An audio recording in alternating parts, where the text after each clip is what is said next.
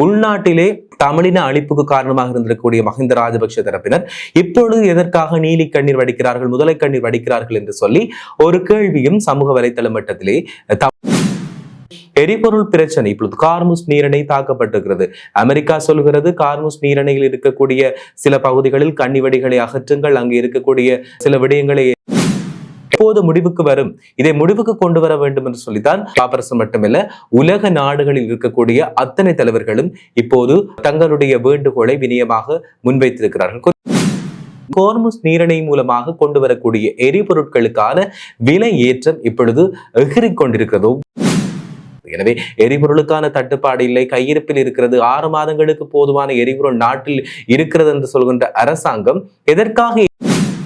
ஈரானிய ஜனாதிபதி இப்பொழுது 3 நிபந்தனைகளை இஸ்ரேலுக்கும் அதேபோல் அமெரிக்காவுக்கும் விதித்திருக்கிறார். இந்த போர் முடிவுக்கு வர வேண்டும் என்று சொன்னால் நாங்கள் நேர்கள் அனைவருக்கும் இனிமையான வணக்கம். இன்றும் மற்றொரு காணொலியினூடாக உங்கள் அனைவரையும் சந்தித்திருக்கின்றோம். அரசியல் பார்வை நிகழ்ச்சியின் மூலமாக இம்முறை நாங்கள் வளமையாக இலங்கை நாட்டை பொறுத்தவரையில் இலங்கையில் நடைபெறக்கூடிய சமகால விடயங்கள் தொடர்பாக அரசியல் பார்வை நிகழ்ச்சியினூடாக பேசுவது வழமை.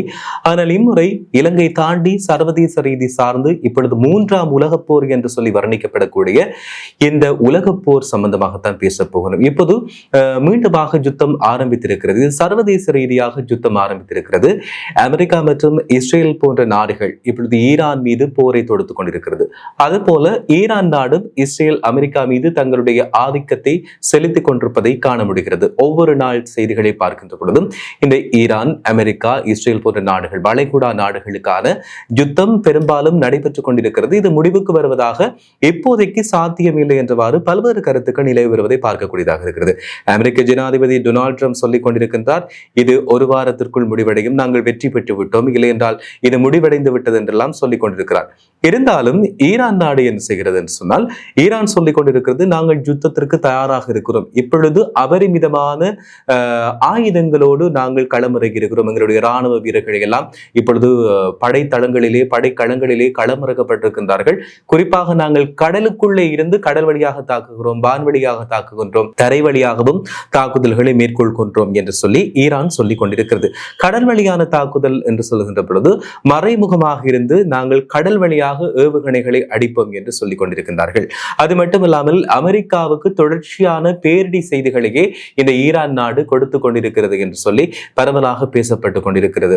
அமெரிக்க ஜனாதிபதி டொனால்ட் ட்ரம்ப் இப்போது சொல்லிக் கொண்டிருக்கின்றார், ஈரானை நாங்கள் முற்றுமுழுதுமாக அழித்து விடுவோம், ஈரானிய ஏகாதிபத்தியத்துக்கு எதிராக நாங்கள் முடிவு கட்டப் போகின்றோம், ஈரானை நாங்கள் அடக்கிவிட்டுத்தான் எங்களுடைய போரை நாங்கள் நிறுத்தப் போகின்றோம் என்று சொல்லி அமெரிக்க ஜனாதிபதி டொனால்ட் ட்ரம்ப் சொல்லிக் கொண்டிருக்கின்ற நேரத்தில் ஈரானிய உச்ச தலைவர் அலி ஹமேனியின் மறைவுக்கு பின்னர் முஸ்தபா ஹமேனி இப்பொழுது பதவியை ஏற்றிருக்கின்றார்.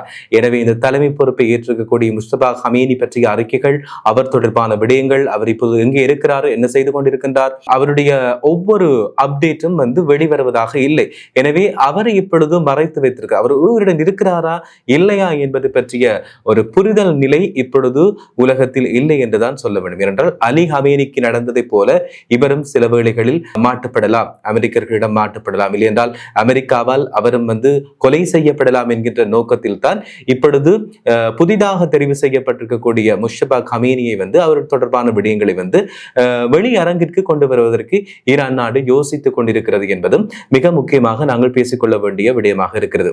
குறிப்பாக ஐரிஸ் டெனா என்கின்ற கப்பல் கடந்த மார்ச் மாதம் 4ஆம் தேதி இந்திய பெருங்கடலை ஒட்டி இலங்கை காலியை ஒட்டிய கடற்பகுதியில் தங்களுடைய பயிற்சிகளை முடித்து கொண்டு வரும்போது அமெரிக்க ஆதிக்கத்தின் அடிப்படையில் அவர்களுடைய நீர்மூழ்கி கப்பலால் அடித்து நொறுக்கப்பட்டு அங்கே பல்லாயிரக்கணக்கானவர்கள் இறந்து போனார்கள், இன்னும் தேடிக்கொண்டிருக்கின்றார்கள் உடலங்களை. அதே போல காலி கராப்பிட்டிய தேசிய வைத்தியசாலையிலும் ஈரானிய வீரர்கள் அவர்களுடைய உடலங்கள், இல்லை என்றால் அவர்கள் பாதிக்கப்பட்டவர்கள், காயப்பட்டவர்களுக்கான மருத்துவ சிகிச்சை மேற்கொள்ளப்பட்டு இப்பொழுது அவருடைய அந்த ஈரானிய வீரர்களுடைய உடலங்களை அங்கே கொண்டு போவதற்கான செயற்பாடுகள், செயல்முறைகள் இப்பொழுது நடைபெற்றுக் கொண்டிருப்பதாக சொல்லப்படுகிறது. இதனிடையே எங்களுடைய நாட்டு ஜனாதிபதி அனுர்குமார் திசாநாயக் அவர்கள் சொல்லியிருக்கின்றார், நாங்கள் மனிதாபிமான அடிப்படையில் தான் இந்த ஈரானிய கப்பலுக்கும் அந்த ஈரானிய கப்பலில் இருந்திருக்கக்கூடிய வீரர்களுக்கும் நாங்கள் தஞ்சம் கொடுத்தோம், அடைக்கலம் கொடுத்தோம், ஆனால் நாங்கள் எந்த விதமான பக்கச்சார்பும் இல்லாத ஒரு நடுநிலையான நாடு என்று சொல்லி இவர்கள் ஒரு கதையை சொல்லியிருக்கின்றார்கள். இப்படியாக இருக்கின்ற சந்தர்ப்பத்தில் தான் இந்த யுத்தம் தொடர்ச்சியாக நாளுக்கு நாள் ஒவ்வொரு வடிவங்களில் ஒவ்வொரு விடயங்களாக மாறி மாறி மாறி நடந்து கொண்டிருக்கிறது என்பதும் நாங்கள் இங்கே சொல்லிக் கொள்ளக்கூடிய விஷயமாக இருக்கிறது. எனவே இப்போது அந்த ஈரானிய கப்பல் தகர்த்தப்பட்டமை தொடர்பாக அமெரிக்க ஜனாதிபதி டொனால்ட் ட்ரம்பிடம் கேள்வி எழுப்பப்பட்டிருக்கிறது. எப்படி இந்த வீரர்கள் தாக்கினார்கள், ஏன் அந்த கப்பல் தாக்கப்பட்டது, எதற்காக தாக்கப்பட்டது என்றெல்லாம் கேள்விகள் கேட்கின்ற பொழுது அது பற்றி ராணுவ வீரர்களிடம் தாம் கேட்டதாகவும், ராணுவ வீரர்கள் சொன்ன விடயம் அந்த கப்பல் தாக்குவதே சுவாரஸ்யமானது இல்லை என்றால் அந்த கப்பல் இருப்பது எங்களுக்கு பாதுகாப்பானதல்ல, அதனால் அந்த கப்பலை முற்றுமுழுதாக அழித்து விடுவதே சாலை சிறந்தது என்று சொல்லி அமெரிக்க ராணுவ வீரர்கள் டொனால்ட் ட்ரம்புக்கு கூறியதாக டொனால்ட் ட்ரம்ப் இப்பொழுது சர்வதேச ஊடகங்களுக்கு செய்திகளை வெளியிட்டிருக்கக்கூடிய நிலையை நாங்கள் பார்த்துக் கொள்ளக்கூடியதாக இருக்கிறது. இப்படியாக போகின்ற சந்தர்ப்பத்தில் இந்த போருக்கு நீதி கோரி இப்பொழுது ஐநாவிலும் இது தொடர்பான பேச்சுவார்த்தைகள் நடைபெறுவதாக தகவல்கள் வெளியாகி இருக்கிற நிலையில் ஐநாவில் இதனுடைய பேச்சுவார்த்தைகள் நடைபெறுகின்ற பொழுது சீனா மற்றும் ரஷ்யா ஆகிய 2 நாடுகள் மௌனம் காத்திருக்கிறது. எனவே இதற்கு எதிரான ஒரு உடன்பாட்டை எடுக்கின்ற பொழுது 2 நாடுகளும் எந்த விதமான ஒரு எதிர்ப்பையோ இல்லை என்று சொன்னால் சமரசத்தையோ வழிவிடாமல் அவர்கள் இதிலிருந்து விலகி இருக்கின்றார்கள். எனவே இப்படியாக இருக்கின்ற பொழுது எதற்காக இந்த தீர்மானத்துக்கு எதிராகவோ இல்லை என்று சொன்னால் சார்பாக இல்லாமல் இவர்கள் வாக்களிக்காமல் இருந்தார்கள் என்கின்ற ஒரு பலத்த கேள்வி எல்லா நாடுகள் மத்தியிலும் எழுந்திருக்கிறது. எனவே சீனாவும் ரஷ்யாவும் எதற்காக இவ்வாறான ஒரு செயற்பாடுகளுக்கு முகம் கொடுக்காமல் இல்லை என்றால் அவர்கள் முட்டுக்கட்டியாகவும் இல்லாமல் அதற்கு சார்பாகவும் இல்லாமல் அவர்கள் எதற்காக அதில் இருந்து விலகி இருக்கின்றார்கள் என்கின்ற கேள்வி உலக அரசியலில் பேசுபொருளாகவும் ஒரு கேள்வியை தொடுக்கக்கூடிய வகையிலும் எழுந்திருக்கிறது என்பதை நாங்கள் இங்கே சொல்லக்கூடிய விஷயமாக இருக்கிறது. எனவே எரிபொருள் பிரச்சனை இப்பொழுது கார்முஸ் நீரிணை தாக்கப்பட்டிருக்கிறது. அமெரிக்கா சொல்கிறது கார்முஸ் நீரிணையில் இருக்கக்கூடிய சில பகுதிகளில் கன்னிவெடிகளை அகற்றுங்கள், அங்கு இருக்கக்கூடிய சில விடயங்களை தகர்த்தறியுங்கள், அது சுமூகமான ஒரு பாதையாக இருக்க வேண்டும் என்று சொல்லி அமெரிக்கா சொல்லிக் கொண்டிருக்கின்ற தருணத்தில் ஈரான் சொல்கிறது எங்களுடைய கார்முஸ் நீரிணையை தாண்டி எந்த விதமான எரிபொருள் கப்பல்களும் பயணிப்பதற்கு நாங்கள் அனுமதி வழங்க மாட்டோம். அப்படி ஏதாவது கப்பல் பயணிக்குமாக இருந்தால் நாங்கள் அதை தகர்த்தறிவோம், இல்லை என்றால் ஏவுகணைகளால் தாக்குவோம், இல்லை என்றால் கடல் வழியாக அந்த கப்பல்களுக்கு தாக்குதல் நடத்தப்படும் என்று சொல்லி இப்பொழுது சொல்லப்பட்டிருக்கிறது ஈரான் நாட்டினால். எனவே ஈரானுக்கும் அமெரிக்காவுக்கும் இடையே இந்த யுத்த மோதல் இல்லை என்று சொன்னால் இவ்வாறான செயற்பாடுகள், இவ்வாறான எதிர் செயற்பாடுகள் எப்போது முடிவுக்கு வரும், இதை முடிவுக்கு கொண்டு வர வேண்டும் என்று சொல்லித்தான் பாப்பரசரும் இப்பொழுது வேண்டுகோளை விடுத்திருக்கிறார். பாப்பரசர் மட்டுமல்ல, உலக நாடுகளில் இருக்கக்கூடிய அத்தனை தலைவர்களும் இப்போது தங்களுடைய வேண்டுகோளை வினயமாக முன்வைத்திருக்கிறார்கள். குறிப்பாக அண்மையில் கூட உள்நாட்டு போரிலே பெரும்பாலாக பேசப்பட்டிருக்கக்கூடிய முன்னாள் ஜனாதிபதி மஹிந்த ராஜபக்ஷ இதற்கு கண்டனம் வெளியிட்டிருக்கிறார். மஹிந்த ராஜபக்ஷ கண்டனம் வெளியிட்ட பொழுது நெட்டிசன்கள் விலாவாரியாக இவரை பேசி திட்டி முகநூலில் சமூக வலைத்தளங்களில் எழுதியிருக்கிறார்கள்.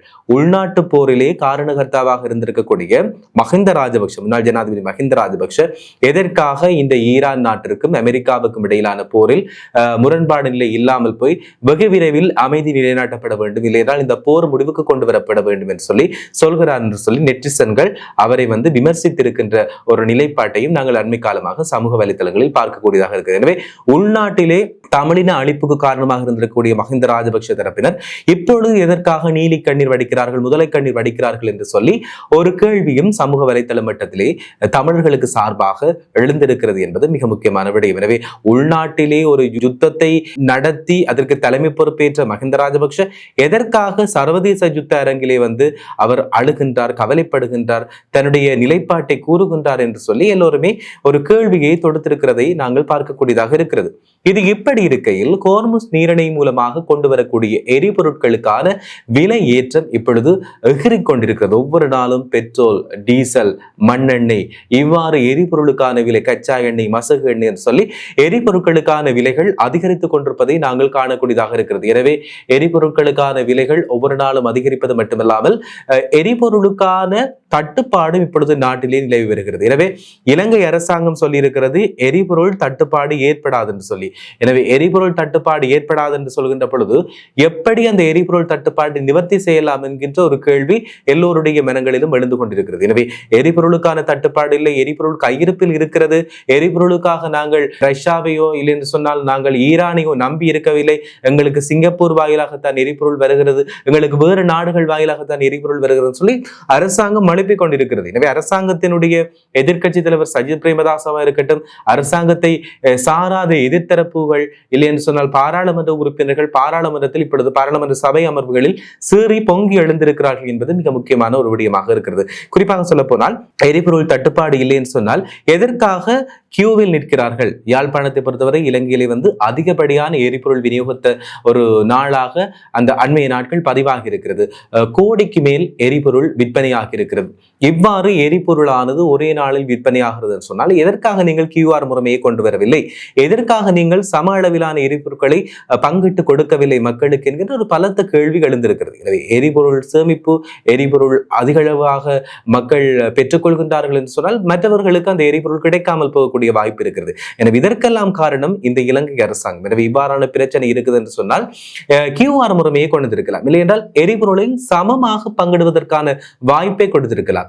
இப்படி கொடுக்காமல் விட்டால் எரிபொருளுக்கான தட்டுப்பாடு எதிர்காலத்தில் ஏற்படுவதற்கான சாத்தியக்கூறுகள் இருப்பது ஊர்ஜிதமாகிறது. எனவே எரிபொருளுக்கான தட்டுப்பாடு இல்லை, கையிருப்பில் இருக்கிறது, 6 மாதங்களுக்கு போதுமான எரிபொருள் நாட்டில் இருக்கிறது என்று சொல்கின்ற அரசாங்கம் எதற்காக எரிபொருளுடைய விலையை அதிகரித்திருக்கிறது என்கின்ற மற்றும் ஒரு பலத்த கேள்வி எல்லோர் மத்தியிலும் எழுகிறது. எனவே எரிபொருள் தாராளமாக இருக்கிறது என்று சொன்னால் எரிபொருளினுடைய விலையை எதற்காக அதிகரித்திருக்கிறார்கள்? சர்வதேச உலக அரங்கில் இவ்வாறான யுத்தங்கள் இடம்பெற்றுக் கொண்டிருக்கின்ற நேரத்தில் இலங்கை நாட்டில் எதற்காக எரிபொருள் அதிகரிக்கப்பட வேண்டும் என்கின்ற ஒரு கேள்வி எல்லோர் மத்தியிலும் எழுகிறது. எனவே இதற்கு அரசாங்கம் என்ன பதிலை சொல்ல போகிறது சொன்னால் பதிலே இல்லை. அந்த அளவுக்கு போகிறது. நாட்டினுடைய நிலைமைகள் மோசமாக ஒவ்வொரு நாளும் நடைபெற்றுக் கொண்டிருக்கிறது. குறிப்பாக ஏற்கனவே நாங்கள் கொரோனா COVID-19 தொற்றினால் பாதிக்கப்பட்டனர், மீண்டுமாக நாங்கள் பொருளாதார நெருக்கடிக்கு முகம் கொடுத்திருக்கின்றோம். அதற்கு பின்னர் இயற்கை பேரிடர்களால் பாதிக்கப்பட்டிருக்கின்றோம். அதற்கு பின்னர் அண்மை காலமாக டிட்வா சூறாவளியினால் பாதிக்கப்பட்டு இப்பொழுது மீண்டுமாக உலக போர் நடைபெற்றுக் கொண்டிருக்கின்ற இந்த காலகட்டத்தில்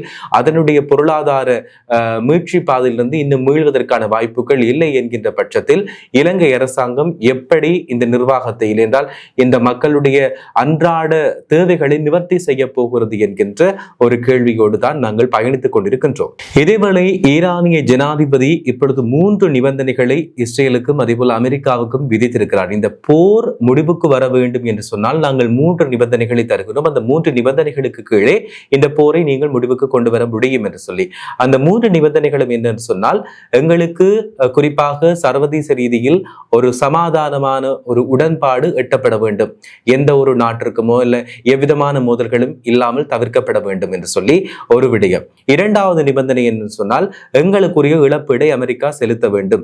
எங்களுடைய இழப்பீடு சொல்கின்ற பொழுது சொத்துக்கள், உடைமைகள், உயிர்கள், சேதங்கள், இவ்வாறாக பல்லாயிரக்கணக்கான சேதங்கள் ஈரான் நாட்டில் இடம்பெற்றுக் கொண்டிருக்கிறது. எனவே இவ்வாறான செயற்பாடுகளுக்கு இழப்பீட்டை தர வேண்டும் என்று சொல்லி ஒரு குற்றச்சாட்டை முன்வைத்து அது ஒரு நிபந்தனையாக வைத்திருக்கிறார்கள். எங்களுக்கான இழப்பீடுகளை வழங்க வேண்டும். 3வது, எந்த விதமான போரையும், எந்த விதமான பிரச்சனைகளையும், எந்த விதமான ஆபத்தையும் இனி அமெரிக்கா எங்களுக்கு தரக்கூடாது. எனவே இந்த 3 நிபந்தனைகளின் அடிப்படையில் அமெரிக்கா உடன்பட்டால் இந்த போரை உடனடியாக முடிவுக்கு கொண்டு வரப் போகின்றோம் என்று சொல்லி ஈரானிய நாட்டு ஜனாதிபதி பெசக்கியான் இப்பொழுது சொல்லியிருக்கக்கூடிய விடயத்தை நாங்கள் பார்க்கக்கூடியதாக இருக்கிறது. எனவே அமெரிக்காவுடைய இந்த போர் முடிவுக்கு வந்துவிட்டது என்று சொல்லி அமெரிக்க ஜனாதிபதி டொனால்ட் ட்ரம்ப் சொல்லிக் கொண்டிருக்கின்ற இந்த தருணத்தில் ஈரான் அரசாங்கம் என்ன சொல்கிறது சொன்னால் 3 நிபந்தனைகளுக்கு மத்தியில் நாங்கள் இந்த போரை நிறைவுக்கு கொண்டு வருவோம். இந்த 3 நிபந்தனைகளுக்கும் அமெரிக்கா உடன்பட்டால் உடனடியாக இந்த போர் நிறைவுக்கு வரும் என்று சொல்லி அவர்கள் சொல்லியிருக்கக்கூடிய விடயத்தையும் நாங்கள் பார்க்கின்றோம். இவ்வாறான நிபந்தனைகளுக்கு அமெரிக்கா அடிபணியுமா இல்லையா என்று சொல்லி நாங்களும் பொறுத்திருந்துதான் பார்க்க வேண்டும். ஏனென்றால் அமெரிக்க ஜனாதிபதி அவரே நிபந்தனைகளை இடக்கூடிய ஒரு நபராக இருக்கின்ற நேரத்தில் ஈரான் நாட்டு ஜனாதிபதியினுடைய நிபந்தனைகளை அவர் எவ்வாறு ஏற்றுக்கொள்வார், எவ்வாறு இது சாத்தியமாகும் என்கின்ற பலத்த எதிர்பார்ப்புகளுக்கு மத்தியில் அன்றாட போர் நிலவரங்கள் நகர்ந்து வருவதையும் நாங்கள் பார்த்துக் கொள்ளக்கூடியதாக இருக்கிறது. எனவே இப்போது ஈரானுடைய புதிய உச்சதலைவராக வந்திருக்கக்கூடிய, இல்லைனால் புதிய தலைவராக நியமிக்கப்பட்டிருக்கக்கூடிய முஸ்தபா கமேனியினுடைய மரணமும் நிச்சயமாக இடம்பெறும். நாங்கள் அலி கமேனியை கொன்றதை போல அவரையும் நாங்கள் மீண்டுமாக கொல்ல திட்டமிட்டிருக்கிறோம் என்று சொல்லி அமெரிக்கா பகிரங்கமாக ஒரு எச்சரிக்கையை விடுத்திருக்கிறது. எனவே பார்க்கலாம் இது எப்படி சாத்தியமாகும். ஏனென்றால் முதலே அலி ஹமீனியினுடைய கொலை நடைபெற்றிருக்கிறது. இப்பொழுது புதிதாக நியமிக்கப்பட்டிருக்கக்கூடிய முஷ்தபா ஹமீனியையும் அவர்கள் இலக்கு வைத்து அவருடைய போர் ராஜதந்திர நடவடிக்கைகளை மேற்கொள்ளக்கூடிய ஒரு செயற்பாட்டை தான் இப்பொழுது அமெரிக்கா மேற்கொண்டு வருவதாகவும் சர்வதேச ஊடகங்கள் சர்வதேச தரப்புகளில் இருந்து செய்திகள் வெளியாகி கொண்டிருக்கிறது. எனவே எது எப்படி இருந்தாலும் உள்நாட்டிலும் நாங்கள் போரை சந்தித்திருக்கின்றோம். உள்நாட்டு போரினுடைய வடுக்கள் இன்னும் மாறாமல் மீண்டுமாக பொருளாதார நெருக்கடிக்குள் மக்கள் வாழ்ந்து கொண்டிருக்கிற தருணத்தில் சர்வதேச அரங்கில் நடைபெறக்கூடிய போர் சூழல் காரணமாக மீண்டும் பொருளாதார சிக்கல்களையும் பல்வேறுபட்ட பொருட்களுக்கான இறக்குமதி பிரச்சனைகள் இல்லைன்னு சொன்னால் பொருட்களுக்கான தட்டுப்பாடு நிலைமைகளையும் மக்கள் எதிர்நோக்கி கொண்டிருப்பதையும் நாங்கள் இந்த வேளையில் ஞாபகப்படுத்த வேண்டும். எது எவ்வாறாக இருந்தாலும் இந்த சர்வதேச ரீதியில் நடைபெறக்கூடிய ஈரானுக்கும் அதே போல அமெரிக்க இஸ்ரேலுக்கும் இடையிலான இந்த போர் பதற்றம் தனியுமா என்று சொன்னால் கொஞ்சம் பொறுத்திருந்தான் பார்க்க வேண்டும். இவர்களுடைய நிபந்தனைகள் ஒரு பக்கம் இருக்கிறது, அவர்களுடைய நிபந்தனைகள் ஒரு பக்கம் இருக்கிறது.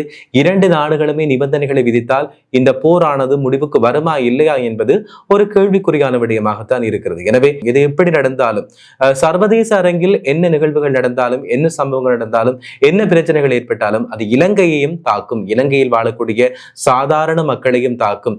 ஒவ்வொரு நாளும் கூலி வேலை செய்து தங்களுடைய குடும்பத்தை கொண்டு நடத்தக்கூடிய ஒவ்வொரு சாதாரண தனி மனிதரையும் அந்த குடும்பத்தையுமே ஒவ்வொரு பிரச்சனையும் அந்த குடும்பத்தினுடைய ஒவ்வொரு செயற்பாடுகளிலும் தங்களுடைய தாக்கத்தையும் ஆதிக்கத்தையும் செல்வாக்கையும் செலுத்தும் என்பதில் எந்த விதமான மாற்று கருத்துமே இல்லை.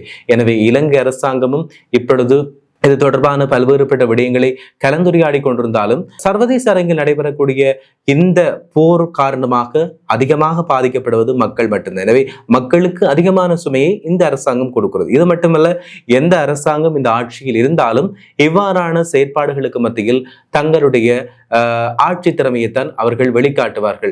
எந்த விதமான முன்னேற்றங்களையும் தமிழ் மக்களுக்கோ இல்லையென்றால் இலங்கையில் வாழக்கூடிய ஒவ்வொரு பிரஜைக்கோ இந்த அரசாங்கம் கொடுக்காது என்பதுதான் உறுதியான திட்டமிட்ட ஒரு உண்மையாக இருக்கிறது. எனவே இவ்வாறான பல்வேறுபட்ட தகவல்களை வரக்கூடிய ஒவ்வொரு அரசியல் பார்வை நிகழ்ச்சியின் மூலமாகவும் உங்களுக்கு நாங்கள் வழங்குவோம். எல்லோருடைய ஆசையுமே எல்லோருடைய விருப்பமே இந்த சர்வதேச அரங்கில் நடைபெறக்கூடிய இந்த யுத்தம் நிறைவுக்கு வர வேண்டும் என்பதுதான். பார்க்கலாம், பொறுத்திருந்தால் பார்க்க வேண்டும். இந்த யுத்தம் எப்படி நிறைவுக்கு வரப்போகிறது? ஈரான் தாக்குகிறது, அமெரிக்கா தாக்குகிறது, இரண்டு நாடுகளுமே நிபந்தனைகளை விதித்துக் கொண்டிருக்கிறது. இப்படி இருக்கிற சந்தர்ப்பத்தில் எப்படி சமரசமான முறையில் இந்த போர் முடிவுக்கு வரும் என்ற ரீதியில் அதிகமாக பாதிக்கப்படுபவர்கள் சாதாரண பொதுமக்கள் என்கின்ற வகையில் நாங்கள் இப்பொழுது எங்களுடைய இந்த அரசியல் பார்வை நிகழ்ச்சியினை நிறைவுக்கு கொண்டு வருகிறோம். மீண்டும் மற்றொரு நிகழ்ச்சியின் மூலமாக மற்றொரு அரசியல் சார்ந்த விடயங்களை உங்களோடு பகிர்ந்து கொள்ளும் வரை உங்களிடம் விடைபெற்றுக் கொள்ளும் நான் என்றும் உங்கள் அன்பின் டயான். வணக்கம் நேயர்களே, தொடர்ந்து இணைந்திருங்கள்.